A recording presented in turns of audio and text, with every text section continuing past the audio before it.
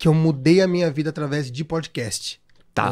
Eu morava com a minha mãe, só bem resumido, tá, Elias? Morava com a minha mãe telefonista, então sabe que era curta parada, essa é a profissão dela. E eu, através dos podcasts, eu saí de casa para começar a montar os negócios, trabalhar com produção de vídeo, acabei parando no podcast. O podcast mudou a minha vida, mas não o podcast em si, somente ele. Sim. Junto com os cortes, porque eu fiquei 1 ano batendo cabeça, gravando o programa completo, sem postar corte, e nada acontecia. Aí, o que eu fiz? A gente vai abrir e tudo mais, o ouro do que é essa fórmula e tudo mais, mas eu já tinha uma fórmula, como eu falei, que estava funcionando muito pro Papo Mil Grau, só pra gente por enquanto. Tá. Falei, cara, e se eu replicar isso, colocar no Redcast, ver se foi um golpe de sorte, né, no Papo Mil Grau, ou se realmente é um método que funciona? Começamos a aplicar no Redcast, já foi tipo um boom absurdo. Daí começou mas, assim, grande. Não, começou o YouTube o primeiro mês fazendo 10 mil reais. Tipo, um negócio assim. E quem começa sabe como é que é, o negócio é doido. Não, o canal do zero, velho. Do zero. E aí eu já falei, eita, tem um negócio aí. E aí os caras começaram a dar super certo o podcast desse tema. A gente, na época, eu ainda estava muito no operacional, então eu fazia os cortes e tudo mais, do Papo Mil Grau, do Redcast, de não sei o quê. Explodiu. Aí não sei pra onde você quer caminhar também nisso, que você queria contar um pouco dessa história, né? Só pra contextualizar quem que você era, o que você já tinha feito, então você... Já acabou o podcast, falei demais, né? Já deu uma hora. Já deu uma hora. Foi mal. Então, beleza. Então, como é que você criou esse processo? O que você entendeu? Você começou o Papo Mil Grau, você ficou... Eu lembro que você falou que começou bem devagar o canal, né? Sim. Então você postava uma live, como é que você fazia esse processo no começo? No começo a gente não tinha... No começo, a gente gravava em câmeras separadas. Então eu tinha que ainda editar o programa. Assistir o programa inteiro editando. Corta pra essa. Eu que fazia tudo, irmão. Desde, tipo assim, tudo. Não tinha ainda uma mesinha que já ia não tinha mesa. Tá acontecendo agora. Provavelmente já tá corta pra 1, corta pra 2. Sim. Entendeu? E, enfim. Aí a gente postava as lives, nada acontecia. E eu falei, só que o que acontece? Por falta de tempo, porque eu tinha que editar o programa ainda. Eu tinha que editar os programas, então eu não tinha tempo de vida pra fazer os cortes. Hora homem, vamos dizer assim, né? Sim. Mas eu falei, cara, eu preciso dar um jeito, não vou dormir, vou fazer alguma coisa, mas eu acredito nisso, eu tenho certeza que com os trechos, os cortes de podcast, é o que vai fazer o negócio andar, viralizar e trazer a galera pra assistir o programa completo. Não deu outra, foi tipo algo muito rápido. Foi muito rápido mesmo nessa época. Só que o que acontece? O que fazia um conteúdo viralizar ali não é o que faz um conteúdo viralizar hoje. Saca? Tipo assim, tá ligado que no marketing digital o pessoal fala muito do mercado sofisticou, tem sofisticado e tudo mais? É a mesma coisa. Podcast o mercado também. de corte, de podcast, ele vem se sofisticando cada vez mais. Então a gente vai aprimorando, desenvolvendo habilidades pra fazer com Porque hoje tem muito corte, né? Muito corte. Eu lembro que na época podcast só tinha a gente viralizando corte de relacionamento. Aí, de repente, começou uma porrada de moleques e mulheres fazerem corte da gente mesmo e virar concorrente nosso com o nosso próprio produto. Caraca. Isso é loucura.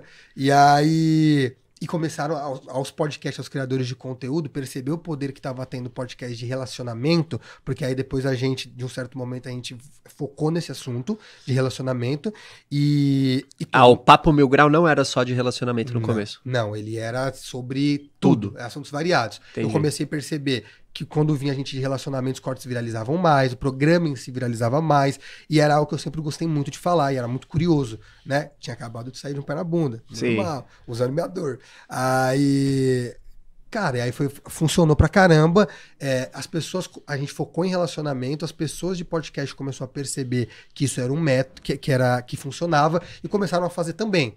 Aí, Elias, veio uma outra dúvida muito grande.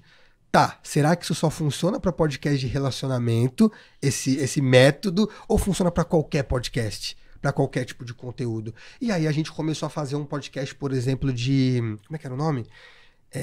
Saúde mental. E começou a funcionar bastante também. Corte viralizar e tudo mais.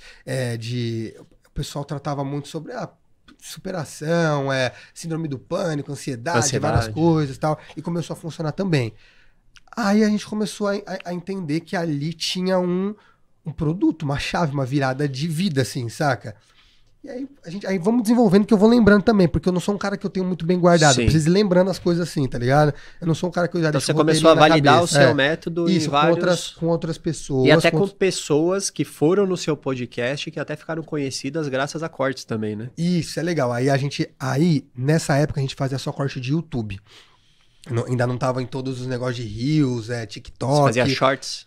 Só corte na horizontal. O corte na horizontal. Na horizontal. Só isso já tava mudando nossa vida, já tava dando dinheiro pra pagar estúdio e tudo mais. Antes era patrocínios, sabe? Entendi. A gente pode até falar o que depois eu fiz pra a gente pode começar falar um podcast. De vários formatos de conteúdo aqui. Isso.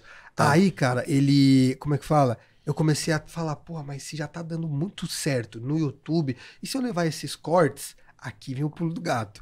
E se eu levar esses cortes pro Instagram e pro TikTok e tudo mais, o que acontece? No YouTube a gente usa muito as thumbs para fazer o clique, né? Para gerar o clique. A capa do vídeo. Exato, Elias. Obrigado, desculpa, mano. Acho que todo mundo sabe o que eu sei.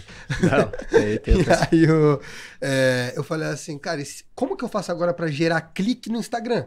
Porque a técnica que faz funcionar no YouTube é o primeiro, você olha, o cara ele lê primeiro para depois clicar no negócio, né? Não, isso que eu vou te falar é um negócio muito sério, cara. Eu arrisco não, é um fato, pelo menos pra mim, eu nunca vi ninguém fazendo isso que eu comecei a fazer no Brasil, pelo menos, não tinha visto gringo também, com podcast. As pessoas usavam muito esse método, assim, pra vídeos de culinária que eu via, que era o quê? A pessoa ia fazer um vídeo de um doce, de uma comida, ela começava o vídeo naqueles 2 primeiros segundos, 3 primeiros segundos, mostrando o produto pronto, dando água na boca, saca? Assim, tipo um bolo, sei o quê, um negócio, o food porn, lá que a galera fala, vamos dizer. E aí cortava o vídeo e entrava o preparo. O que aconteceu para chegar até o final daquela história que ele mostrou no começo. Começava com a melhor parte. Começava com a melhor parte. E eu percebi o quê? Que muitas pessoas que não viralizavam corte de podcast no Instagram e no TikTok e tudo mais, os cortes, né? Os reels, cortes curtos, elas começavam a história do corte numa parte aleatória, tipo... ontem eu fiz um não sei o quê e tal. Não sei, alguma coisa assim. E o ápice da história tava nos 40 segundos.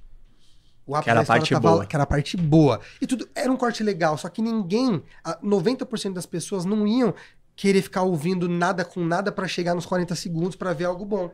Então eu falei, cara, e se a minha thumb, a capa que a gente usa no YouTube, for os meus 2, 3 primeiros segundos do Reels, do TikTok, do corte, né?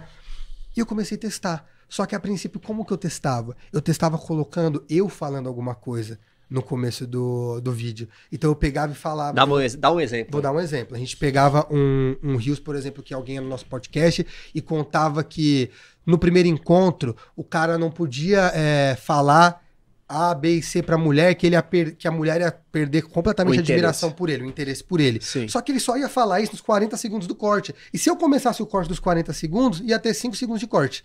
Um exemplo, o cara só falando e acabou. Não ia ser um corte interessante. Então eu falei, e se eu gravar eu no comecinho uma chamadinha falando assim, essas 3 coisas que você vai falar, que você fala no encontro, faz a mulher perder a admiração e o interesse por você. Um exemplo, né? E se liga no vídeo, eu sempre falei isso, se liga no vídeo, pro cara saber que havia a história, tipo um senta que lá vem a história. Sim. E começava, daí o cara poderia começar morno, velho. O cara começava morno a história, não sei o quê, até chegar no ponto de quais que eram esses 3 pontos do desfecho. E eu comecei a ver que começou a viralizar. Meu nome é Elias Mamã e esse é um corte do VerdadeCast, o podcast que tem a missão de descobrir novas verdades sobre todas as áreas que vão te ajudar a crescer na vida. Para assistir o episódio completo, clica aqui e não se esqueça de se inscrever no nosso canal.